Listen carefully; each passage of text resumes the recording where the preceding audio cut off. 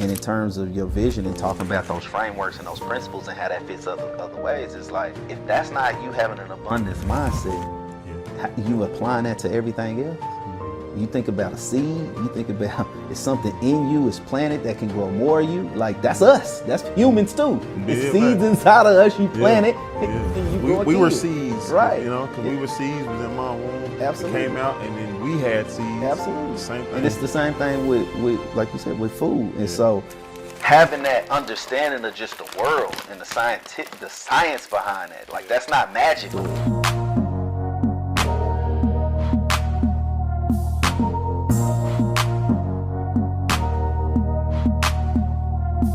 Navigating different worlds. We start right there. Okay. So you was talking about the power of understanding human psychology. You being background in being a therapist. When you talk about overstanding human psychology and how people make their decisions, like, what are some of those things that came to mind when you went into this chapter, and why has that helped you in life now, just understanding like the psychology stuff? You can take that from your background, but then also apply it in life and also business. Gotcha. Well, I think throughout the stuff that we talk about and that I wrote about in there is understanding these universal principles and how they apply in different worlds, in different industries, and understanding the similarities, and understanding, like you say, in anything with business, it has to do with people. So of course, understanding what motivates people, what makes people tick, what people are interested in, what their goals are, what their needs are. All of those things are at the basis of business infrastructure, business negotiation. I mean, trying to create win-wins, like we talked about before. Good business is when you win and I win too. You know what I mean? It's a fair exchange. It's not just I get something and I figure out how to beat you over the head with it. Because even if I win, you're not gonna want to put yourself in that position too often. Right. So a lot of times people may think they win by getting over on somebody, when really they don't understand the effects of that and how it's gonna cost them in the long run. Because if you make somebody feel a certain type of way, you get over on somebody, they may out of necessity have to do that deal, and they do it, but they're not gonna feel good about it. They're not gonna want to come back. You know what I mean? So understanding, those nuances and understanding people's needs and understanding how to create win-win situations, I think is a principle that can work across different industries. In terms of my background as a therapist, I mean, we could do a whole hour and a half, 2 hours about how that affected me. But I mean, I got my start in mental health and working with kids, right? And then I transitioned over time in growing my facility and then working with more adults. But I mean, at the root of that is just understanding, man, there's people out here dealing with all kind of stuff you can't imagine, right? And so just being grateful and thankful and understanding, like, I got my own problems. I had my own issues growing up. I got my own family problems. I got my own insecurities and thoughts and whatever. But when you start dealing with people who have a whole nother world and a whole nother life that, you might be exposed to, but have no awareness or firsthand experience of how deep certain stuff can go. Right. It gives you a different level of insight, perspective, and appreciation for what your problems are and what your circumstances are, and allow you to be thankful. You know what I mean? In terms of, I think you started that with navigating worlds, and I mean, I think I answered that in terms of the principle piece, but the ability to navigate being a therapist and talking to people one-on-one and understanding people's perspective, and then taking that skill set and then applying it to business from a negotiation standpoint or from hiring an employee. I think, again, those principles are universal. And if you got a level of insight to understand, to listen, to care, have a level of empathy, then it definitely helps you navigate whatever world you're dealing in. When you say navigating different rooms, like what's a situation for you that you feel like you need, or that I can, a specific question in terms of how I navigate versus something that you're trying to figure out how to navigate? I think overall there's like, you never want to be the person in the room that's the needs guy, right? Okay. So it's like, for example, if I was talking off camera about, people I got connected with, I've been more aware. I'm not fanning over these people, or I'm not like, but just being able to read the room and say, all right, what's the energy like? Right. I think I've gotten better, but I think the more you've been in more rooms like that than I have, so I guess maybe from where you started, we like, you know what? Like, do I shake this person's hand, or like, what's the vibe, and being able to recognize that on spot, because I think when we get in certain areas, my feelers come on. I still want to, show love, especially somebody that, I follow on socials, and, I'm just, I'm, it's me. Right. And keep it that. You don't want to be a fan in that situation. Yeah. Man, you made an assumption that I've been in more of those rooms than you have, right? And I can't say for sure if I have or not, but based off of the people who you telling me you've recently met, I haven't been in those type of rooms here recently, and I can say that sometimes I'm too isolated, right? And I don't get out of my comfort zone, and I am in areas but I think what can help, I've been in situations where I meet somebody who I may see as somebody that I admire, but depending on the energy, you might speak. I think social media kind of puts it in a weird perspective, right? Because you don't want to seem like a fan, but if somebody has done something to help you or change your life, or you respect them, I also don't think it's nothing wrong with acknowledging in that and being straight up like, hey man, I respect what you're doing, I admire that. You know what I mean? Versus, you navigating it and you asking for something. Right? Because those are two different things. Like being a fan and, hey, I got this, I've been waiting you to meet you so you can help me get this. Without, you know what I'm saying? You can help me with this. Know those people. That's a different level of I'm fanning, but I'm also asking for something, and I also feel entitled to your time because I feel like I know you because I've seen you doing something, and you don't realize they don't know you exist, right?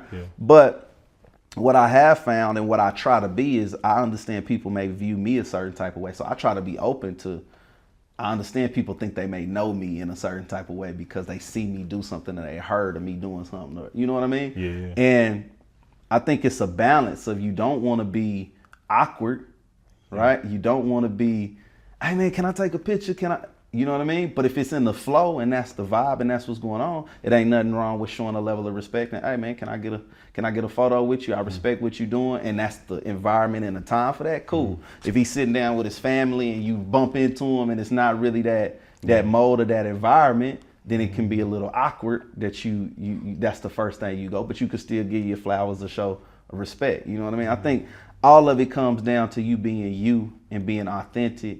Not feeling like you too big to give another man they props, but also not giving those props with an expectation that if they don't respond the way that you expect them to respond, now you can go and be like, oh, he ain't even like, or he ain't cool. You know what I mean? I showed love, but he thought he was too good for me, or whatever. You get those vibes. About that too. You get that vibe from people, and it's like, nah, I'm who I am.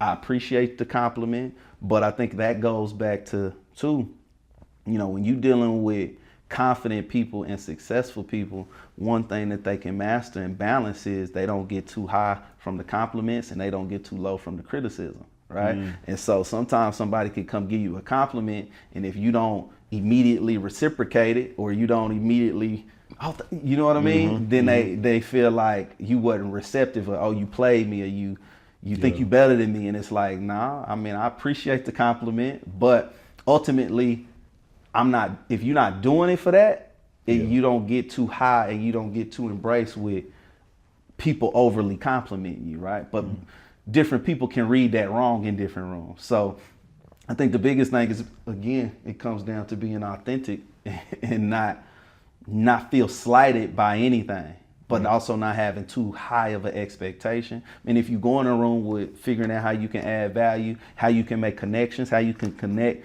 to people, it may be a situation where you're like, hey, I don't have nothing I can offer you right now, but I can make an introduction from two people who I do know, and I think y'all respect each other, and I think y'all can do something, and then I can gain an opportunity in terms of bringing what I bring to the table from something y'all build together, right? There's a couple of people I can think of who I have in mind who have introduced me to certain people in rooms. I told you I've went to Texas and a couple of times and went to some networking events with some high level entrepreneurs and some professional athletes. And the guy that advised me to that, I respect him and appreciate him. And he ain't never looking for nothing, right? Now, if I build individual relationships with these people and there's a lane that he can come in and fit, I would naturally do that because I appreciate the introduction and it's mutual, right? I think sometimes with those relationships, it could be like, well, I'm not going to introduce you to such and such because y'all might go do something without me. You see what I'm saying? And you get people who, they'll plant seeds of doubt. They don't really, that love and that energy and that reciprocation is not really there because they feel like they're going to get left out. If you knew 19 Keys or you met 19 Keys and you knew Mike Rashid and they didn't know each other, right? But they two solid dudes who got the same type of energy. Yeah. And you met this one and you met him and you're like, hey, I heard him talking about something that Mike Rashid is good at, but you scared to make the introduction because you like, well, shoot, if he don't know him, then I might can be in his role. You know what I'm saying? Facts. It's so scarcity. Being open to introducing people and not feeling like it's a slight to you. Being willing to ask when it's the right time to ask, but with that ask, recognizing how you can present and add value and articulate how you can add value. Right. I mean, people who you may view as successful, a lot of them is trying to grow. You know what I mean? So if you got a real value proposition or something that you can add to what they're doing, they'll respect it and appreciate it. Whether it's you could take content off a line that they already doing, edit it and shoot it and send it to them. Yeah. You know what I mean? And then you showing that you add value versus you showing up and saying, I can do this. And if you give me this, then I can show you. You see what I'm saying? Right. It's so, a lot of people do deal with a lot of bullshit though. And so it's hard to tell what's real, what somebody is just showing up saying they can do versus what they really done. Yeah. And so, if you can show them and do it and articulate it in a short period of time and show love and give flowers, you'll be surprised how many people are really down to earth and receptive of what it is that you have to say. Right. But you will run into some of those who think they better than everybody and don't got time to talk and they see what they can get and that's it. You know what I mean? But you got to put them in that category too. I did write on a situation where, I don't know if you read it yet, but I talk about how getting close to people can kind of dim your light, dim the light, right? So you may have this bigger than life image of somebody, right? And then when you meet them, you start to see that they flawed and human like everybody else, right? And so sometimes that can lead people to start to judge and be like, oh, he ain't really like this, or he didn't, you know what I mean? And you start to be overly critical as opposed to recognizing, especially if that's the path and the journey you're trying to take, to get to their level and just understand, hey, they flawed and they human like everybody else, and look at that as a superpower that allows you to be flawed and not perfect in these situations, right? Yeah. Sometimes people in the public light, you start to be overly critical and be like, bro, that's not realistic. You know what I mean? Just because they sitting down talking on camera, or they got millions of followers, or they're a professional athlete, don't mean they don't deal with the same stuff you deal with. And when you see that, recognizing that can give you the courage and, you know what I mean, the understanding to be like, all right, I can do that too. And I ain't got to wait till I become perfect to do it. Right. You know what I mean?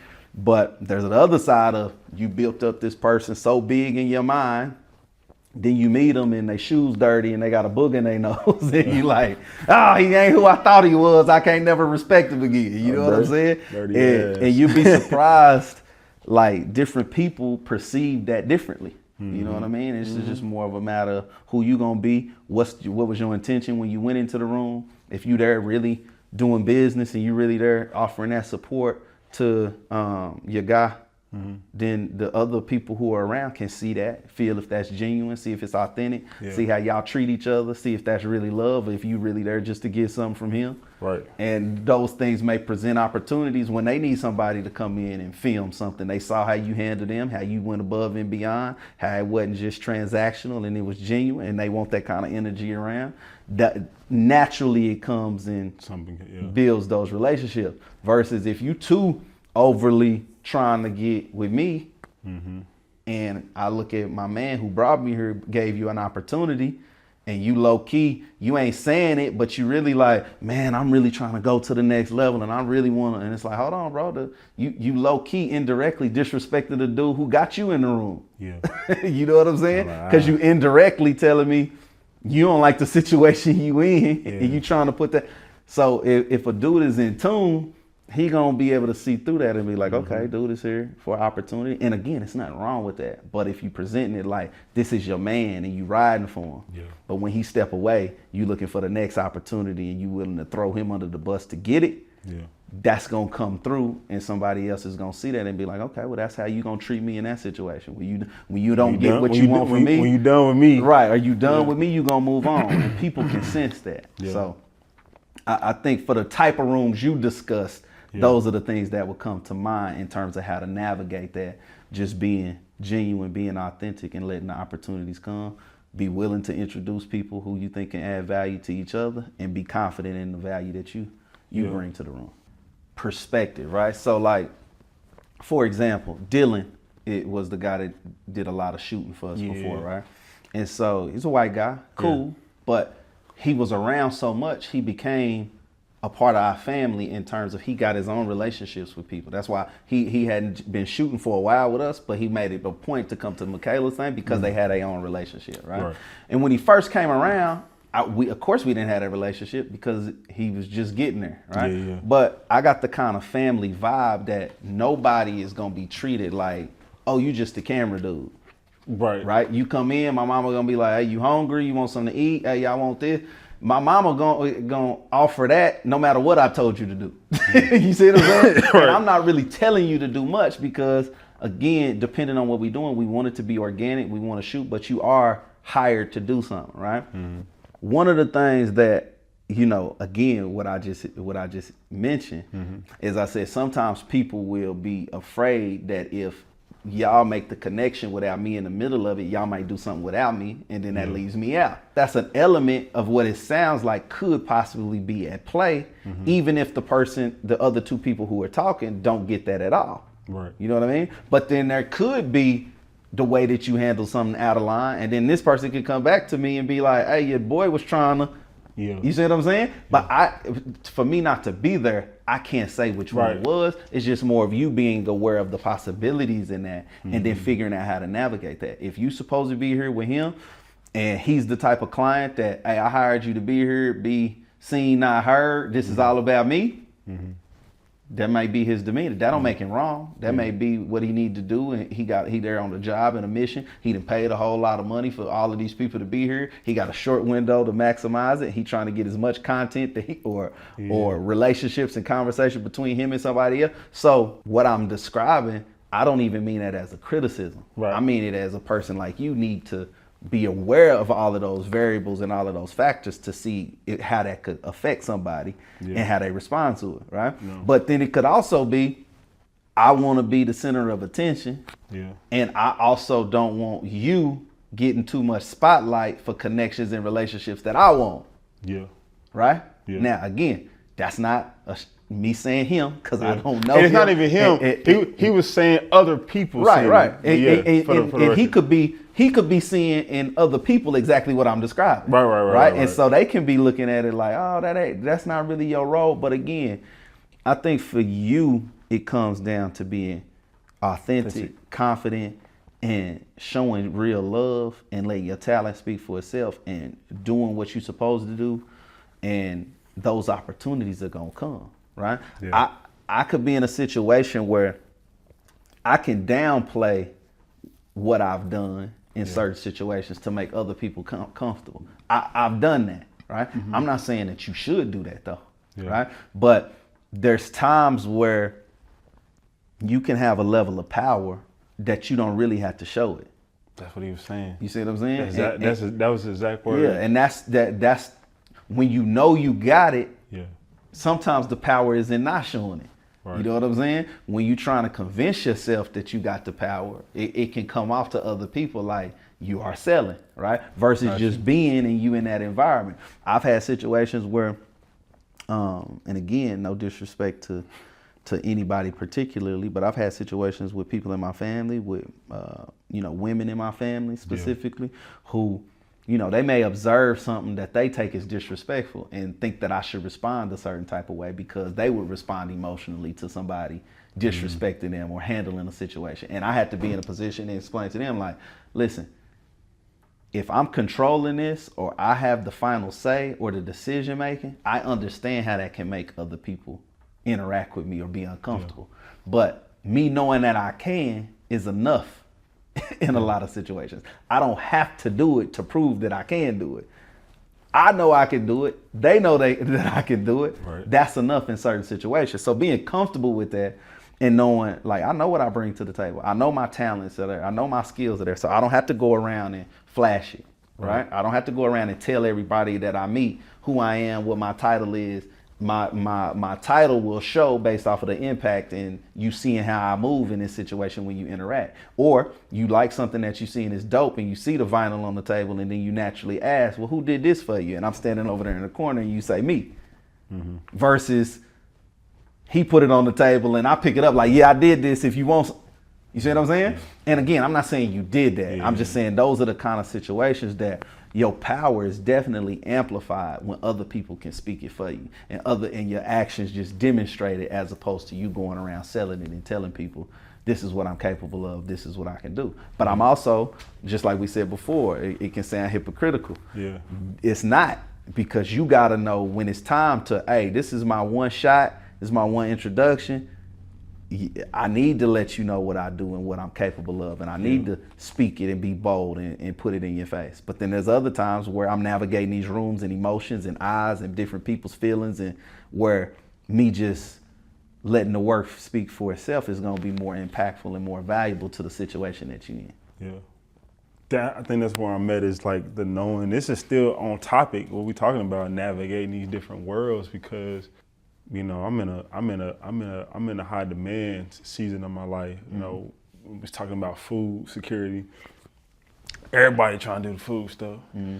And not that they're trying to make a living off of it, they're trying to live and be like, I got everything I need. So then I'm getting more people asking me about, like, you know, food, like, so yeah, I'm just looking at it in a way of, like you were saying, like finding a balance of, I'm not selling myself because I also do the work that I'm talking about. But then if you don't know me, this is our first time talking, it's kind of like, well, what do you do? Right. Without it saying it, you know what I'm saying? Right. So it's just kind of like. So I think, man, it's tough. And I hate to beat up on social media because it has its place, but there is a level of, there's a world where if it didn't happen on social media, it didn't happen. Yeah. Right? So, so now your social media becomes your business card. But if you're not the type of person to put everything on social media, then how would somebody know what you do unless you tell them? Mm-hmm. Right? And so the power of networking and the type of networking you want to do, there's a level of people at certain points, especially because they get introduced to so much bullshit and so many people playing and pretending. Mm-hmm. That the better way is to be introduced by somebody, right? So if somebody I respect come introduce you to me, I'm gonna take it way different than you just coming to do that, right? And I think that element kind of exists by the fact that you just there, because that is somewhat of an introduction and a cosign by the fact that you here with somebody who is enough in contact to get them to be there. Yeah. You see what I'm saying? So that is kind of a warm introduction as opposed to a cold email or DM or phone call from somebody that don't know you. But in terms of how you break that barrier of getting close to actually doing something with them, it may take 3 or 4 of those introductions, right? Or 3 or 4 of those you around off of this relationship for me to see what it is. Or I get your number, I get your phone number, and then I'm on social media, I see it. You didn't have to tell me you just shot this video with such and such in California, New York last week, because you made this, we got this warm introduction from your partner. Mm-hmm. I follow you on social.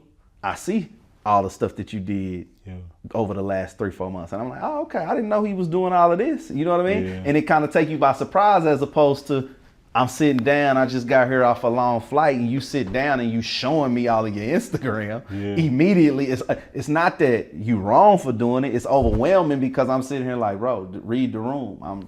I just got off the plane. I just walked in. I'm tired. I'm here for you, man, to talk and network and show love. But you really want me to sit here and look at your iPhone for 30 minutes for you to show me everything that you ever done? Like, let that naturally happen, because if you don't, it's gonna have an adverse effect. It's not gonna be impressive in the moment, even if it is impressive on its own, just by how it was introduced to me. Yeah. Now that can be unfortunate because, but at the same time, what we talked about before, you attracting and not chasing, right? Being in a room is you able to attract that, right? Sitting down, hey, let me show you everything I did, turns into chasing. Yeah. Versus being that, what they want, what they see. He might have asked him, hey, who did your vinyl? This is dope.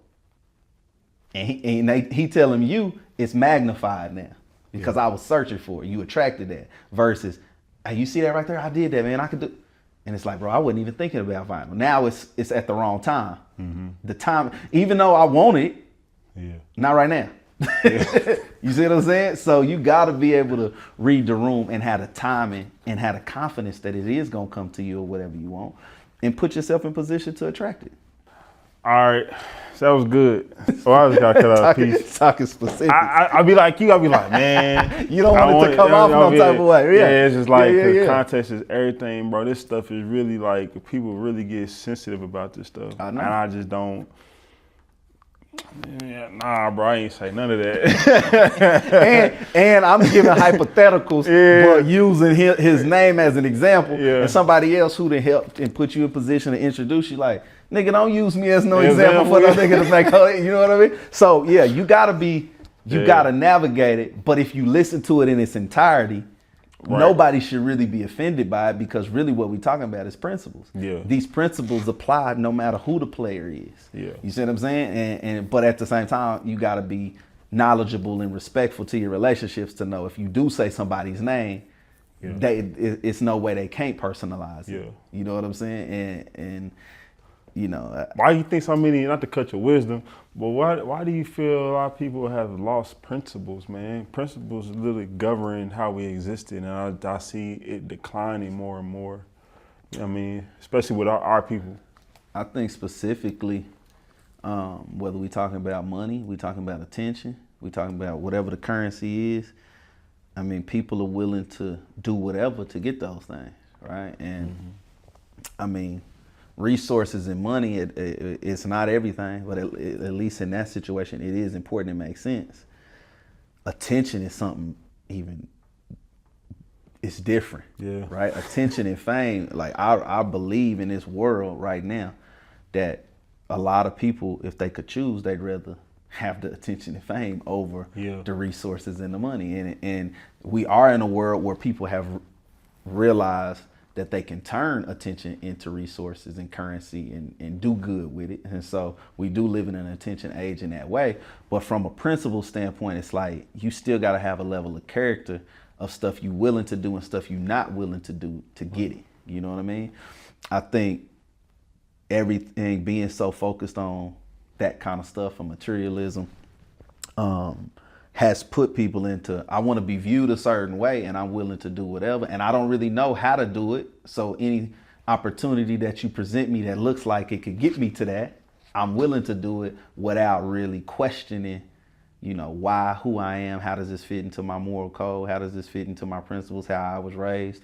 I mean, some people wasn't raised with principles, right? So it's an assumption for me to think that your principles are mine if you wasn't raised the way that I was raised, right? I had family and parents and a dad and a mom and uncles and grandparents and godparents who raised me to view life a certain type of way, right? And so I have a level of, I don't want to disappoint them. I don't want to disappoint the people who put certain values and principles in me. And so I operate and move with that in the back of my mind.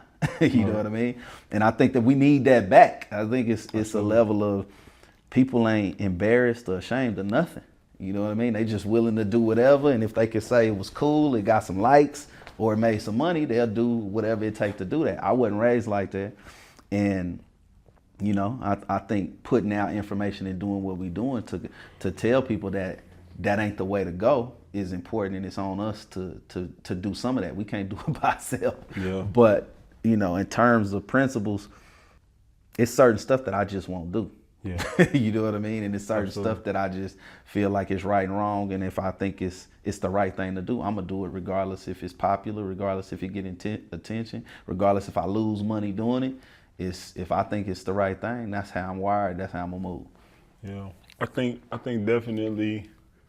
I know my grandma's transition, man. A lot of grandmas then, you know, versus now. Now some of them still alive, Right. But the majority of the ones, man, I just feel they had something different, Right. You know, and certain things I know I wouldn't do around them. Yeah. And nowadays it's permissible. Yeah. And the grandmas now is literally like our moms now, and Right. it's just kind of like, I don't know. It just like I know when stuff feels weird. Yeah. Like I'm like, nigga, my grandma was here. Well, I know I wouldn't be doing this. You Right. know what I'm saying? Yeah. And then it gets into this performative thing, whether it's for likes, attention, and I think that people have really our people, we have to value our own currency. Yeah. And I don't mean us as I'm talking about we are a currency. We're literally, you know, everybody wants to be like us, but we don't own our genius. Everybody else is managing it. Right. Blackface media, BT ain't even black on no more. You know what I'm saying? And so I think even, you know, doing this is honest because I know certain stuff that, not that I wouldn't put it out there, but perception thing. But some people be like, nah, take that and put it out there, and it's like, it kind of goes against what, you know, what we trying to do. Right. I mean, you gotta have some rules. You know what I Yeah. mean? You gotta have some kind of code. You gotta have some kind of, again, some kind of principle, some kind of guidance and moral ethics. Everything ain't for everybody, and everything ain't for everybody to see, and everything ain't for everybody to share. You know what I mean? I was raised like that, but you know, I have inside jokes and dark humor with my mom and grandma and parents and stuff that somebody else could see and be like, oh, that's out of line. But I wouldn't do that publicly. Right. You know what I mean? Because we have our inside jokes, we have our family dialogue, and we all tight and close. But I'm not gonna get on social media and tell the craziest jokes that my grandma had told me. We was talking about this the other day. My grandma was talking about, well, when I pass, y'all make sure y'all laughing and y'all have a good time. And I'm like, I can't say half of the stuff at a church service that me and my grandma laugh and joke about, right? Yeah. But it's in my heart, and I know my grandma is a genuine person. I know she's solid, and I know it's a lot of love there. But you got to have a level of discernment to say, yeah, she is all of those things, and it's all real. You know what I mean? I think sometimes people have this perception that being authentic and transparent mean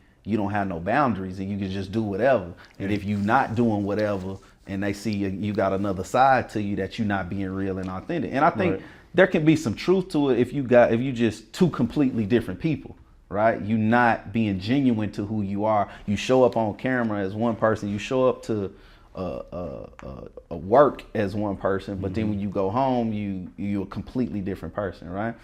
But there is a level of, that's just, we understand the nuance in that, and it's normal for you to be a certain type of way, and and I won't say a certain type of way because they both are you. But it's certain stuff that you may not share. You may not talk a certain type of way. You may not dress a certain type of way going to a wedding or a funeral, right? You're not gonna wear basketball shorts and a tank top and slides to somebody's wedding or to somebody's funeral, right? But you might wear that at home. Does that make you a hypocrite? Yeah. Right? Yeah, I wouldn't show up to the wedding and be like, oh, you got on a suit, but I just saw you yesterday and you had on a tank top. Oh, you fake. No, the occasion requires this, and I can be authentically me and show up who I am, whether I got the suit on or the slides in the tank top, right? It's not hypocritical, right? So I think those principles, and now with everything being on the internet, we confuse the fact that you got to be one way all the time, and that's not the case. You can be who you are, You can understand the environment, you can understand the arena, you can understand the occasion, and you can navigate both and still be who you are without feeling like that's hypocritical or that you're not being authentic in those situations. Yeah. I think coming off with that, to add to that, the section you was talking about, I guess it's the emotional challenges of being proven wrong and embracing independent thinking. I don't know how the hell I missed this one, but I want to talk about all the stuff we just talked about, the need for an open mind and independent thinking. You was talking about, the independent thinking constantly challenges our beliefs, question our assumptions, and then willing to accept these new truths. So all the stuff we was just kind of touched on, the need for open mind and independent thinking. I know my reasons of why I believe it's to be needed, but kind of adding to what we already talking about, why is that important when we talk about, having principles, being authentically you, and everything else like in life, like why is that important from your perspective?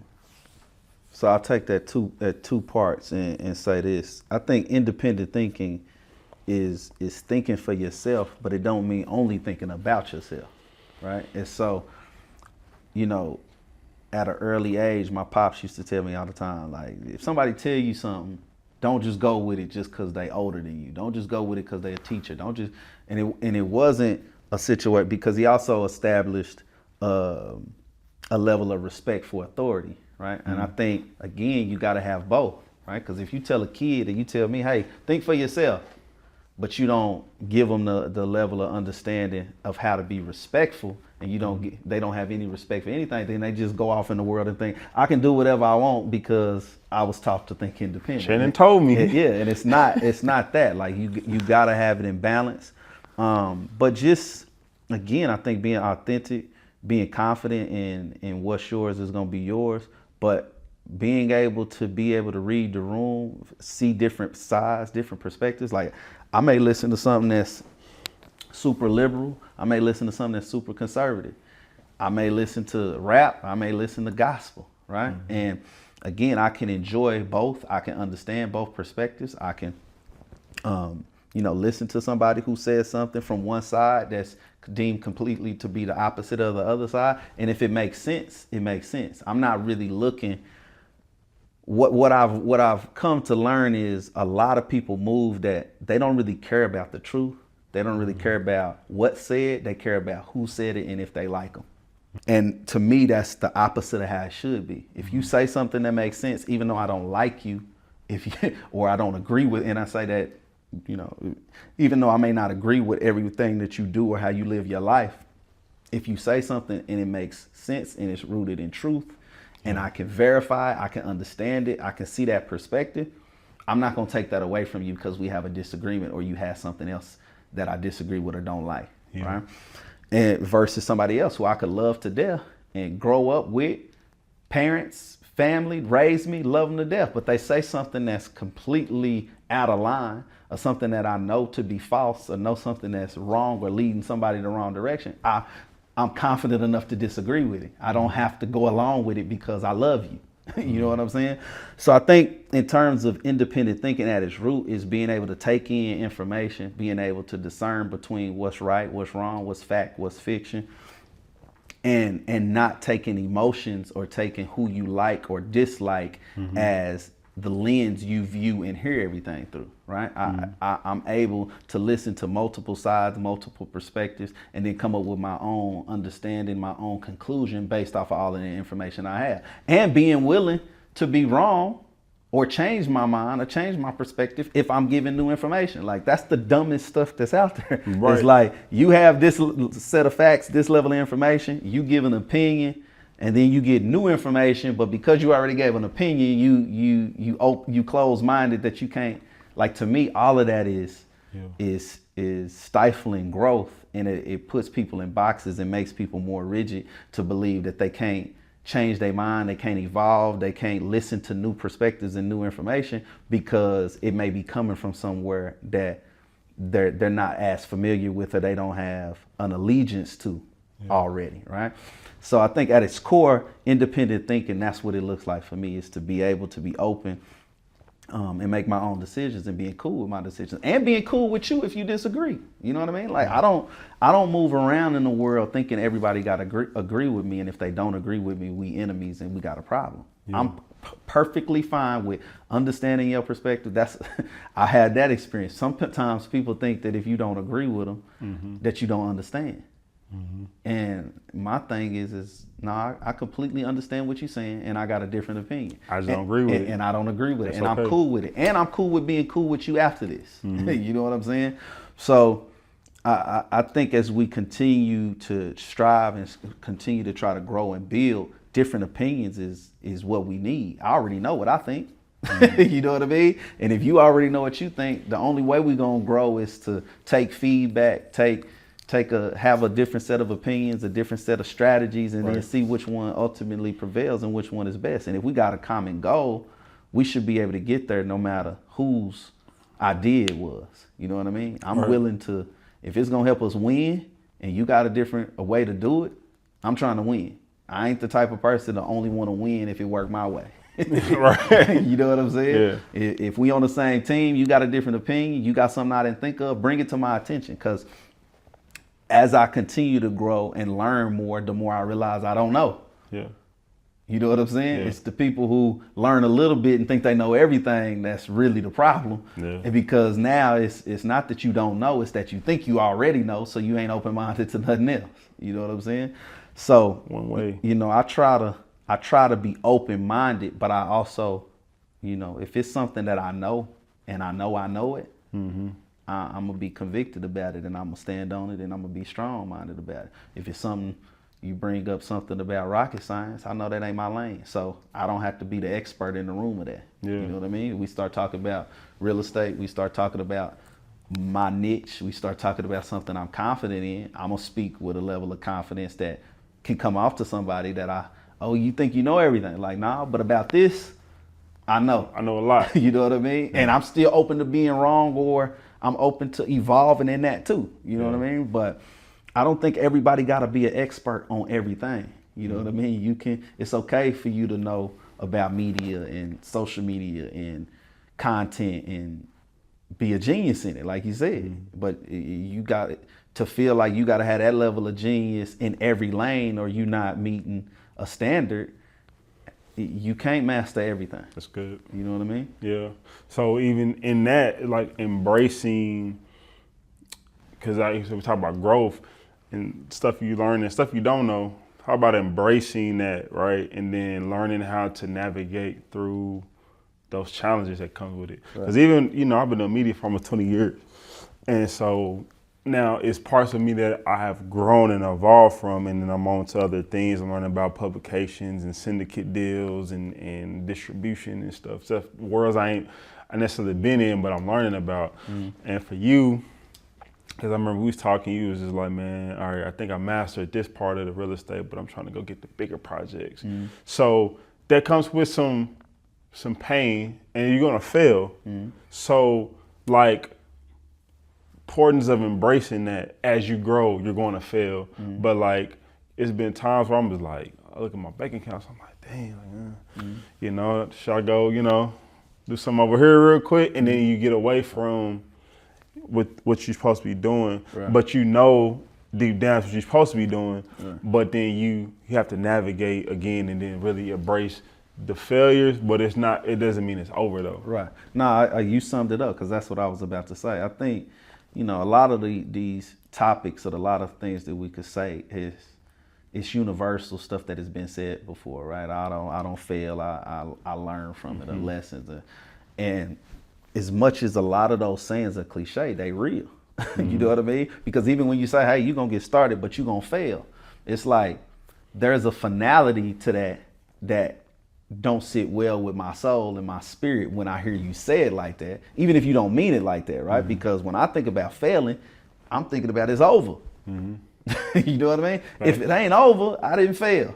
You know what I'm saying? And my thing is, I think that's what keeps me motivated, and is both ways, right? Like, If you viewing it as a game, I look at it as I'm up to a degree, but as long as it's time on the clock, I still got time to lose. I still got time to fail. I still got time to lose it all, right? But on the flip side, if you feeling like you not where you want to be, as long as it's time on the clock, you still got time to win, right? And so it goes both ways.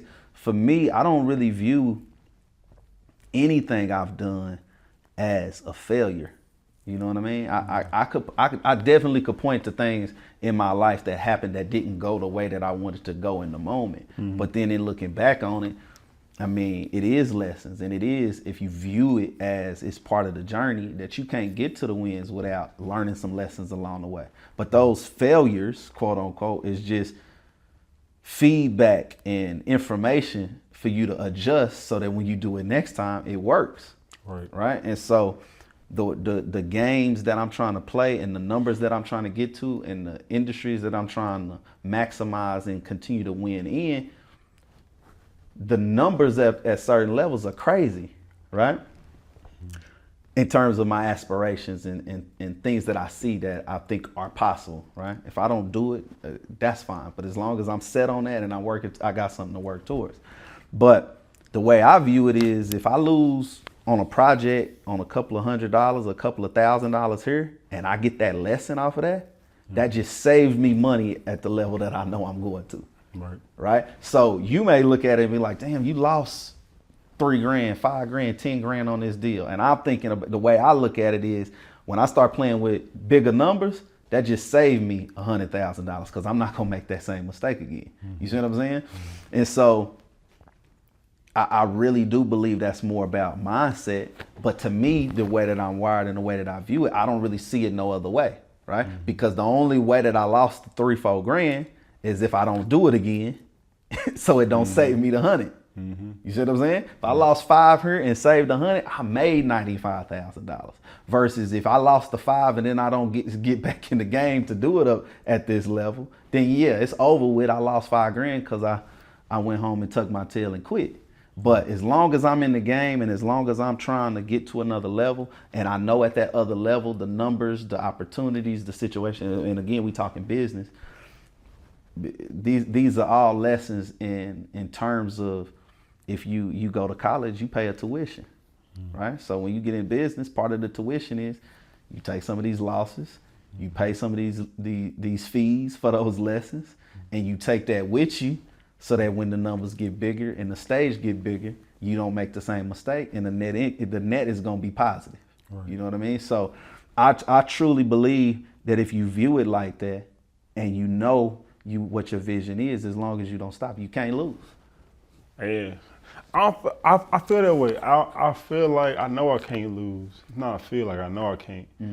You know, I think somebody said something to me last week that was like, man, your resilience is never, you know, I ain't seen it like that. I'm just thinking in my mind, I'm like, this is what I know I'm supposed to be doing though. Right. And I don't think people are going back to the currency and the value. People don't believe in the asset, and the asset is you. The asset is me. Not what I do, is the value I bring, right? Yeah. And so I think in those moments, like, I'm sure you had those moments early on, and you know, I have them. I have them at times. You know, I'm about to go I'm about to go sell some, you know, drugs or something. Like, I don't get to that point to where I'm just like, I'm done. It might be slow. All right, cool. Market might just need to change where I'm at location-wise. I might need to stay within what I'm doing, but then just pivot. So I think in those moments, like, some of your tools have you used to be like, man, all right, this is slow right now, but I'm going to still stay on track with what I'm doing. I'm just going to redistribute how I'm doing it. Like, what are some of them tools you may just pull out and be like, man, I talk a lot if you get to the portion where I'm discussing timing. Yeah. Right? Because, you know, there's seasons in life and there's seasons in business where you gonna run a different kind of race based off of what's happening. And so in there, and I don't know if we talked about this before in one of our other interviews, but the concept of I'm a Nipsey fan. We talk, and people quote the marathon continues, and that's real, right? In terms of looking at life as a marathon and looking at life that you got to just keep going and keep going. But I talk about in there that you can also view life as a series of sprints, right? Yep. And so a lot of times when it comes to, depending on what industry you in, sometimes it can feel like a marathon, but sometimes it can be a sprint where we running as hard as we can, we going as fast as we can, and then what you do right after you finish, you rest and wait for the next race. You know what I'm saying? And so in viewing life like that, in viewing your industry like that, I was buying houses at one time back to back to back to back to back at a pace that was somewhat unbelievable for me, and definitely unbelievable for some of the people that were around me. And some of the concern was like, dang, you gonna just keep buying like that? You know what I mean? But I knew I had a window to go hard like that, right? And I knew once that window closed, the opportunity might not be there. So I already viewed it as this is gonna be the season when I'm going hard, right? But when it's time to rest, it's time to slow down, it's time to strategize, it's time to pivot, I'm okay to do that. And I went so hard right now that'll help propel me to get to the next season and the pivot and whatever else that I'm looking at. You know what I mean? So I think as entrepreneurs, we had these seasons where we up and we down, right? You might have a month when you first starting out, you doing online, you doing media, whatever, you may make 10, 15 grand, right? Then you have another month, you make 3, right? If you live life and you got bills like you make 10 to 15 every month, you're gonna be in trouble. You know what I'm saying? Because you gotta understand, this is seasonal. If you can't control it, if it's not steady, you don't have a bunch of repeat customers just yet, you're gonna have them ups and downs. But being aware that winter happens is okay. Once you understand that's part of it. Like, you're not really doing nothing wrong, right? When you first starting, you like, shit, I had a good month last month. The 2 months before that was good, but then this month is terrible. What did I do wrong? Well, as you get the experience, you may say, okay, this is the natural cycles of the business. You know what I mean? If you're doing photography, you may have a heavy season when you start talking about weddings. Well, wedding people don't necessarily get married in certain months, right? But if you don't know that, you may not understand the seasons of your business yet and think it's something you doing wrong. And now you giving up photography when really, if you go hard in them months and you do your marketing leading up to those months and you get repeat customers and you sending stuff and asking referrals in these strategically in these certain months, you'll get those influxes. It'll be super high in wedding season. You make all your money in these few months. Right. Right? And then you got enough and you put it in reserves because you know these slow months are coming and you understand that, as opposed to, damn, I had a good month. What did I do so good? Some of it ain't you. Some of it's the cycle. Some of it's the season. Some of it's people been getting married heavily in certain months, depending on what side of the world you on, what state you in. You know what I mean? So I think timing is so crucial. And if you miss that time, it can cost you. And if you don't realize when the times change, it can cost you as well. And, recognizing what you can control and what you can't control is very important, because, if you're spending too much time on stuff that is out of your control, you're not going to make the progress that you want to make. You know what I mean? So I think pivoting comes from having a overview and a high level of understanding. We looking at 12, 24, 36 months to analyze how good we really doing, right? And what we need to do differently to make this sustainable, right? We can't look at our best 4 months and say, hey, we got it all figured out, and then leave out the other 8. But we also can't look at 5 bad months and say, oh, it's over. The tides has changed and I need to go into a new industry. Yeah. You know what I mean? Because like we said before, you gotta focus. But if you spread out all over the place and you're looking at 10 different things, you don't even get to recognize the patterns. A lot of business is recognize the patterns and adjust, right? But if you're not focused on it, it's harder to recognize. So I think I answered your question in terms of pivoting. I think some of it's not even so much pivoting, it's just understanding the timeline and the time horizon you're working on and being committed to it long enough to see it work, to understand it, to look at it, to strategize with it, to recognize those patterns and then adjust accordingly.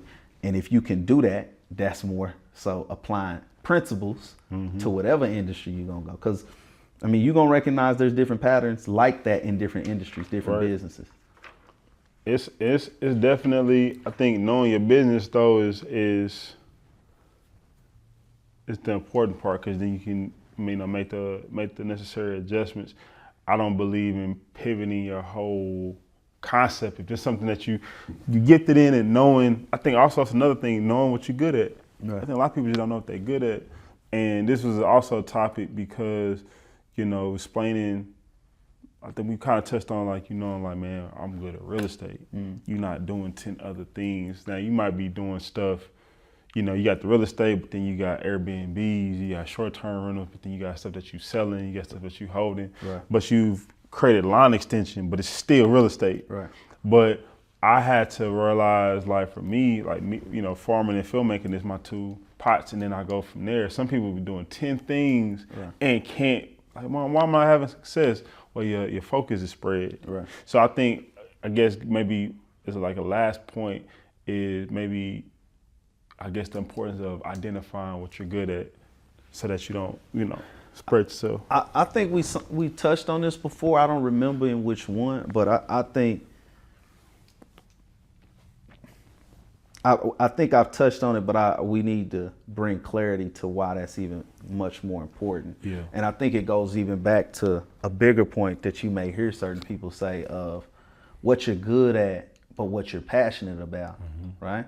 And then what works.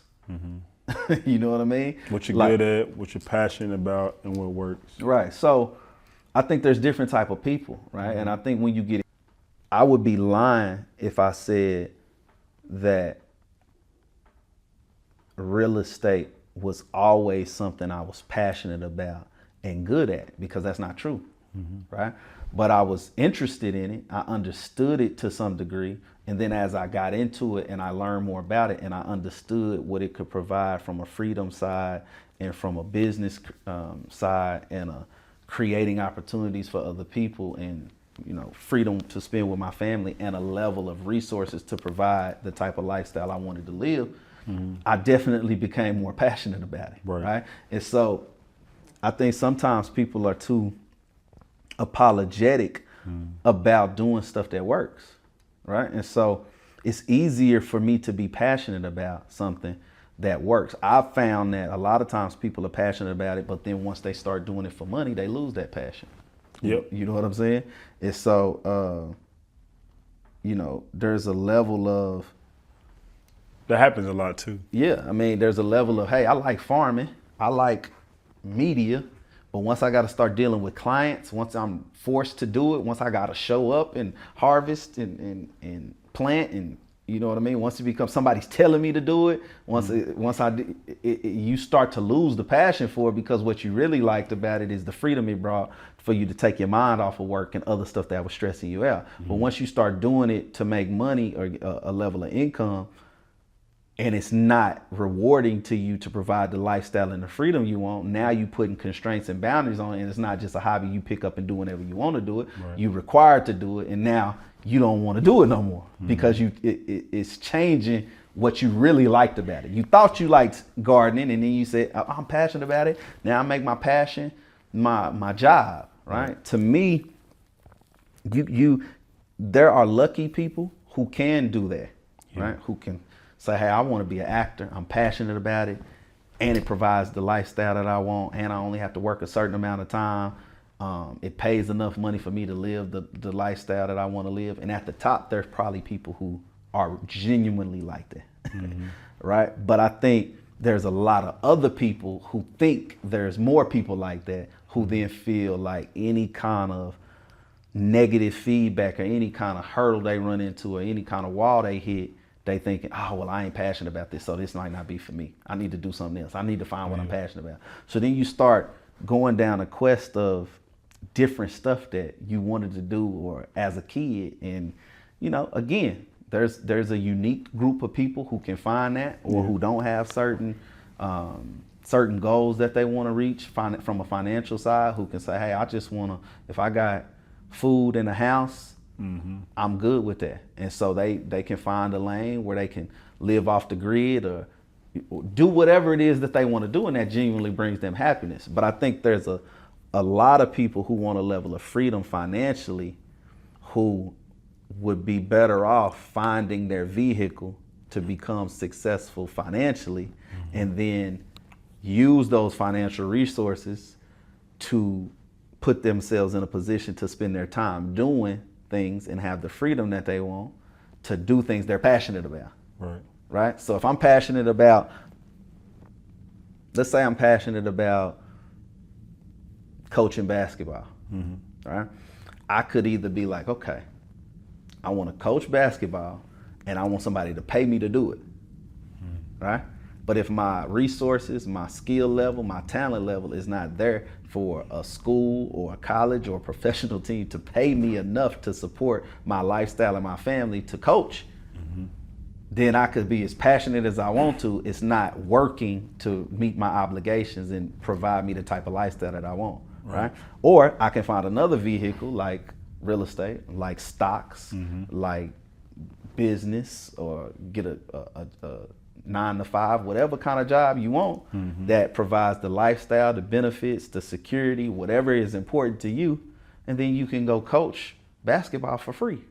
You see what I'm saying? But when we pretend like you can't do these things that are necessary to provide for yourself and your family and your obligations because you only want to do something you're passionate about because you read something or you heard somebody somewhere tell you don't do it unless you're passionate about it, you missing, to me, the necessity and the obligations, especially for young men, to say we got a duty and a responsibility to take care of stuff that needs to be taken care of. And if your passion can do that, more power to you. But if you haven't figured out how to make your passion pay no money, then you may need to do something that doesn't pay that can help you take care of your responsibilities and do your passion for a hobby until you can figure out how to turn that passion into something that can replace the 9 to 5 income that you're making, right? So it's all in that regard about what stage of life you in, what your obligations are. If it's just you don't have no kids, you don't have no wife, you want to sacrifice your standard of living to chase your passion, then cool. But you need to figure out how to allow your passion to help you meet the obligations that you have if you've put yourself in a position to have those type of obligations. You see what I'm saying? And so, I mean, and that's a long way of answering that because we touched on it before, but I think not in depth though. Not so much in depth to say passion is great. Passion is great, but proximity and what you've been exposed to sometimes can be like you don't have enough exposure to different things to show you what's possible, right? And I think that's the other thing about kids and just even young adults, getting exposed to different avenues that can help you live the type of life that you want, right? And again, I know somebody could beat me up about what I'm saying and saying, oh, no, if you're not passionate, you don't love it, you shouldn't do it. And it's like, okay, well, let's really look at their life and see what they're passionate about. A lot of times the people who say that became so passionate about it once it started working. That ain't what they was really passionate about at all before it started working. You see what I'm saying? And so I don't want to sell a dream or sell a story that, if you chase your dreams, you chase your passion, you'll never work a day in your life. And it's like, sometimes once your dream and passion becomes work, you don't even want to do it no more at all. You know what I mean?